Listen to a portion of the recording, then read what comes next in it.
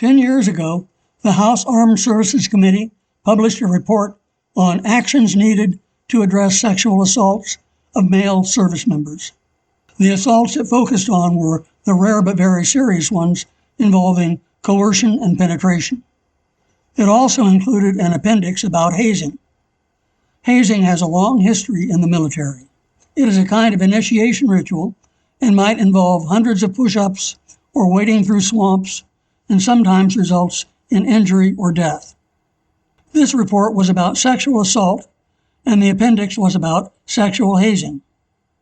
And the authors of the report had a problem identifying exactly what counts as assault, because in a barracks full of adolescent men, you are going to get some locker room behavior that is basically good-natured and harmless. So to figure this out, they assembled a panel of 122 men from 4 military installations: Camp Pendleton, the Marine Base in California; Keesler Air Force Base in Biloxi; Fort Bliss in El Paso; and Norfolk Naval Base in Virginia. They selected a balance of junior and senior enlisted men and officers. They presented the 122 men with 4 scenarios, scenarios A, B, C, and D, and asked them whether they had heard of such things happening, whether they believed such things actually did happen, and whether such behaviors would be acceptable or unacceptable. And then they tabulated the answers. In the following clip, I will read these 4 scenarios to you in exactly the same words they were presented to the 122 men. The images are not from the congressional report, but are random internet photos giving you an idea of what life in the barracks is like. Here is scenario A. Serviceman Jones recently transferred to a new unit. When he arrives, several members from his new unit volunteer to show him around and to fill him in on how the unit operates. Toward the end of his introduction to the unit, one member of the unit jokingly mentions that Jones won't officially be part of the unit until he administers a credit card swipe to someone of equal rank, which the member of the unit demonstrates by pretending to swipe his hand between the buttocks. And the reaction of the 122 respondents, 30 had heard of such a thing, 92 had not.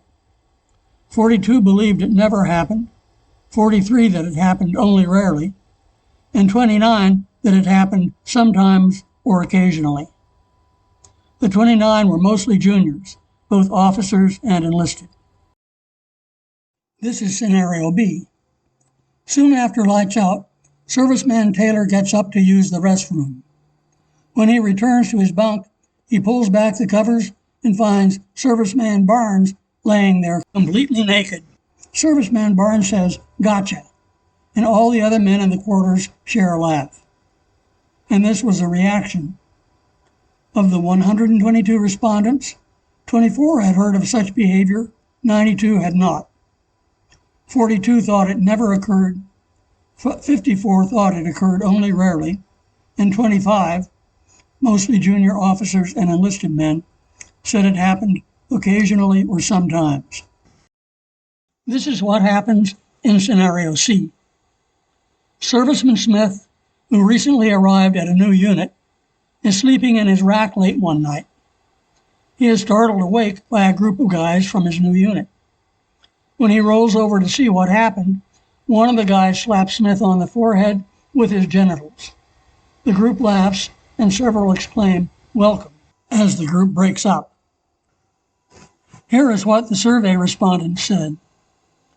27 of the men had heard of such incidents, 95 had never heard of such a thing.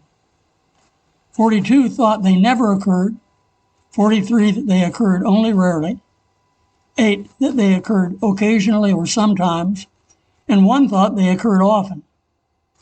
Once again, it was the juniors who thought such incidents occurred. And this is scenario D, the last one. While at a barbecue with other members of his unit, Serviceman Sanchez drank too much and was taken back to the barracks to sleep it off.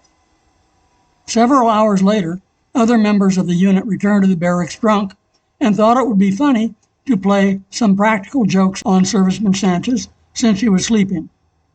For the grand finale, Seaman Jones teabagged Sanchez by putting his scrotum on Sanchez's face. Of the 122 men in the study, 48 had heard of such things going on. 71 had never heard of such a thing. 82 said it happened never or rarely, 30 that it happened occasionally or sometimes, and 4 that it happened often. The 4 were 1 junior enlisted man, 1 senior enlisted man, 1 junior officer, and 1 senior officer. The respondents also were asked whether they regarded such behaviors as acceptable or unacceptable, and they all found the scenarios unacceptable to some degree. Moreover, 6 of the men volunteered first-hand accounts of witnessing a serviceman being touched with the genitals of another serviceman. 2 of the 6 described their own personal experiences. 1 mentioned being touched with the genitals of another male cadet at a military school, and another mentioned both touching another serviceman and being touched with the genitals of others.